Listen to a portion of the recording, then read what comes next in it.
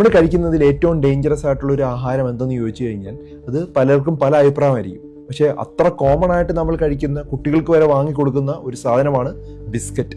ഈ ബിസ്ക്കറ്റ് ശരിക്കും ഒറ്റയിരിപ്പിൽ നമ്മൾ ഒരു പാക്കറ്റൊക്കെ തീർക്കും. 10 രൂപയ്ക്ക് 20 രൂപയ്ക്കും വാങ്ങിക്കുന്ന ഒരു പാക്കറ്റ് നമ്മൾ ചായയിൽ മുക്കി കഴിക്കും, അല്ലെങ്കിൽ ഒറ്റയടിക്ക് അത് മൊത്തം കഴിക്കും. ഇതിൻ്റെ അകത്ത് എന്താണ് മൊത്തമായിട്ട് നോക്കുകയാണെങ്കിൽ അതിൻ്റെ അകത്ത് മൊത്തം പഞ്ചസാരയാണ്, മൈദയാണ്, അതുപോലെ തന്നെ പാം ഓയിലാണ്.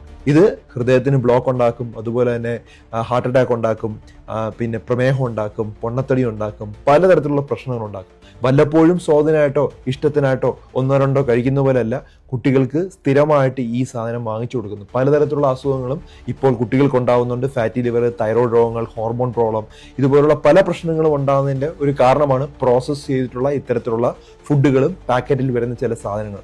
ഉറപ്പായിട്ടും കൺട്രോൾ ചെയ്യുക. കാരണം അത്രമാത്രം കോമൺ ആയിട്ട് ഇപ്പോൾ നമ്മുടെ കുട്ടികൾക്ക് സ്കൂളിൽ നിന്നൊക്കെ വരുമ്പം അങ്ങ് പൊട്ടിച്ചങ്ങ് കൊടുക്കുകയാണ്. 1 പാക്കറ്റ് 2 പാക്കറ്റൊക്കെ ഒറ്റയടിപ്പിനാണ് കുട്ടികൾ കഴിക്കുന്നത്. ഇത് ഒഴിവാക്കിയാൽ അത്രയും നല്ലതാണ്. ധാരാളം ആളുകളുടെ അറിവിലേക്ക് ഇത് ഷെയർ ചെയ്ത് കൊടുക്കുക.